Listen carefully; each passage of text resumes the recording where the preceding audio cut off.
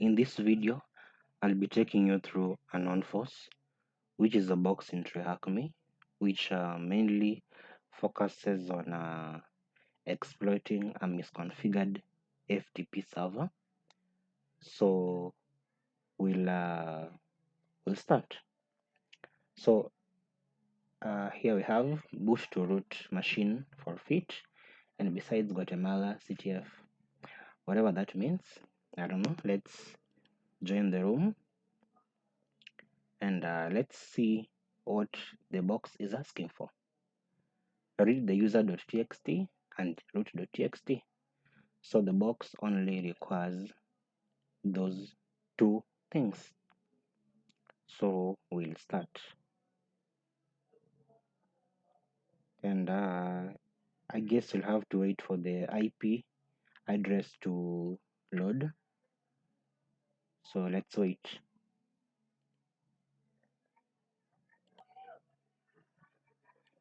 The IP address has loaded. So I'll just grab this IP address and run an Nmap Scan to check and see what ports are open. But just before that, allow me to start our TryHackMe VPN. Forgot to do that before starting, but let's just do it.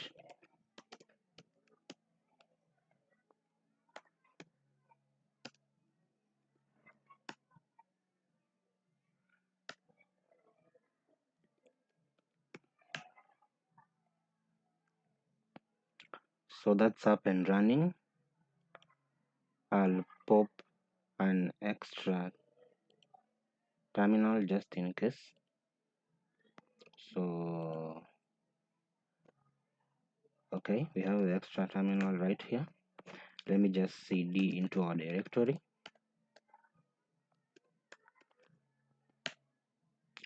Okay, so I'd already grabbed the IP address. I'll just run an nmap scan sc as usual for default scripts, sv for service version detection, and pn for no pinging, then control shift v to paste the IP address. And then nmap scan, as the nmap scan is running, let me check if there's anything hosted on port 80, if there's a web page.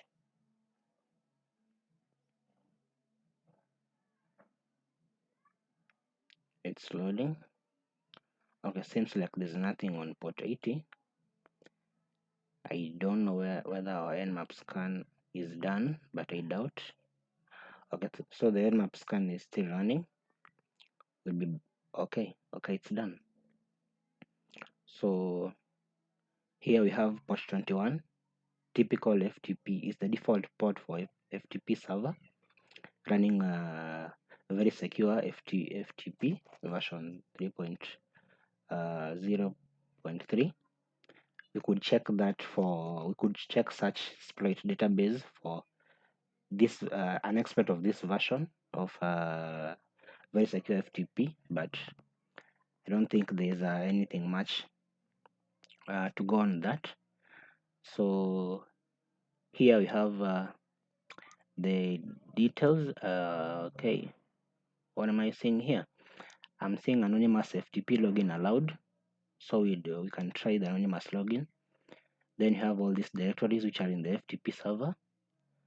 We have these directories, and these are the usual Linux directories, except this stands out for me, this notread. And okay, so we also have a port 22, the default port for SSH. So at a later time we'll SSH into this particular the target machine after we get our foothold. So what I'll do, let me just clear our terminal. Okay, then what I'll do is I'll log go into that particular FTP server. let's use anonymous credentials. Then just press enter. No need of a password, and we are in the FTP server. Then let me just turn the prompt off. Okay, I'll do LSLA to see. They're just the same things that we saw when the Nmap Scan ran, and this is it. So what I'll do, let me cd into the root, then let me do LSLA. Okay, okay, let me, okay, I can't change the directory into that. So what I'll do, let me cd then into home directory and see what's in there. We have this particular melodious directory, so let me cd into that. I'll do LSLA for long listing to check what's in here. I can see a user.txt file, so I'll just go ahead and grab that particular file, user.txt. Okay, that's already downloaded. Then let me go back several directories and check that particular notread directory that we saw. So I'll cd into notread, do an LSLA. Okay, here we see there are two files here, backup.pgp, and if you know this already, .pgp extension just means it's a file encrypted with pretty good privacy. It's an encryption tool, I'd say, PGP. So let me do multiple get for this two files. I'll use the asterisk, then they'll download to our local machine. So I can just exit, do buy to exit. Okay, then let me clear that. Let me check what we have now, if we have the downloaded files. And yeah, here we have them, the backup.pgp and the private.asc. .asc just means whatever is in here is in ASCII format. So that's that. Let's first cut the user.txt. Okay, let's grab this, copy selection or Control Shift C. Let me put it here. We see if that's the correct. Okay, no, paste, I mean. Let's submit that. Okay, that's the correct answer. Then let's get back and try to work on these two files that we've gotten. So we have this backup.pgp and private.asc. This is where the keys are to decrypt this particular backup.pgp. So I'll do gpg to, I'll import the keys from this file into our keyring so that we can decrypt the backup.pgp file. GPG is just a tool which was made from PGP as an open source tool to decrypt this type of PGP files. So let me first import this particular keys into our keyring. Oh, it's asking for a passphrase. Okay, we still don't have that. So the first thing that we'll do, we'll use GPG to John to extract the hash from that particular file. Then let me just put that the file name, then we'll extract it to hash.txt. Okay, it has already been extracted. So the next thing that I'll do, I'll use JohnTheRipper.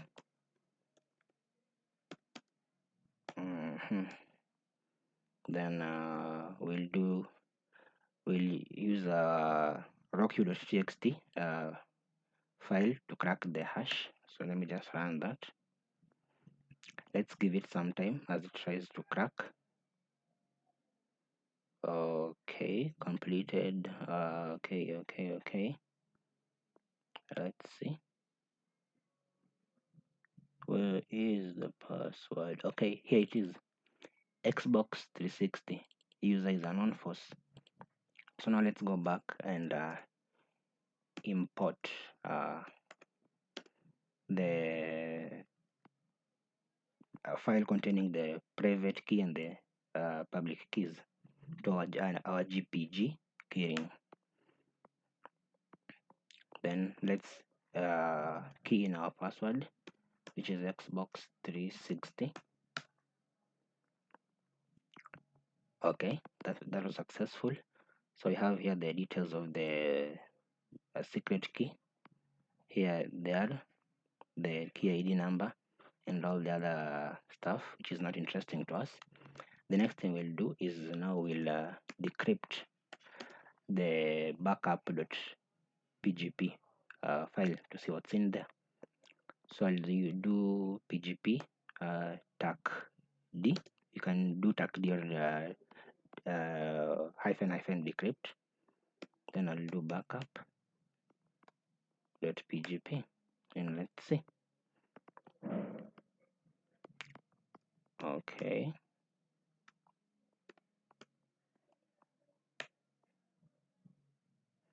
Okay, and we are in this. We've decrypted the backup.pgp file, and from what I can see here, this is a copy of the shadow file, etc shadow file, and these are user information and the password hashes, which are normally stored in the shadow file. You can see here the number of days since the password was changed, and these are the information, the nitty-gritties. You can look into the contents of a shadow file. Okay, so what I'll do, I'll grab this particular one, because this is what is interesting to us. The rest of these are just system passwords, which are not interesting to us. So I'll grab that one, and I'll also grab this melodious one. I'll grab these two and try to crack them. So what I can do is in a different terminal, I can come and open let me do vim shadow x.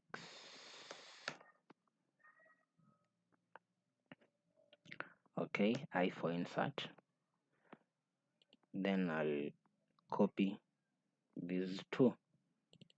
So copy this first one, paste it here. Then I'll copy this other one, melodious. These are password hashes and the user info. Then Control Shift V, escape. Then we'll write this and quit. So now what you can do, we can use JohnTheRipper to now crack those hashes. So we called our folder shadow, what was it? Shadow X, I believe. Oh yeah, it's there, it's right there. So let me run that and wait for the results. Okay, it's loading. So if JohnTheRipper cracks this particular hash, we can now be able to use you cannot be able to SSH into the target machine because we found out that port 22 was also open. So okay, and it's done. And here we have the password and the user. Beautiful. So now let's SSH into, okay, now let's SSH into the target machine. User is root. Then I'll just go back here and grab that IP address. Let's get back to the other terminal. Control Shift V. And remember, we are now logging in. We are now searching into this target machine as root, so we won't even need to do any. We won't even need to do any privilege escalation. So the password is this right here, Hikari. So you can just paste that one here. Press enter. Okay, password denied. Have we gotten the? But this is the IP address. Let me check.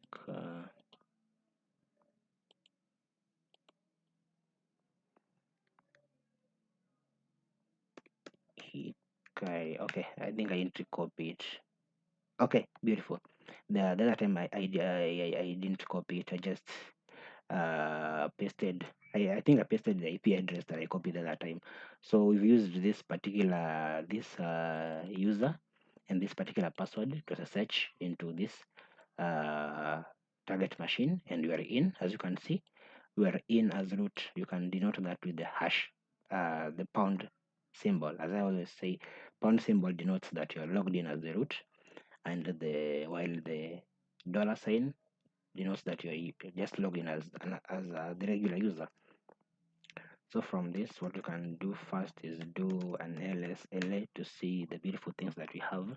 And right here, we already have the root.txt.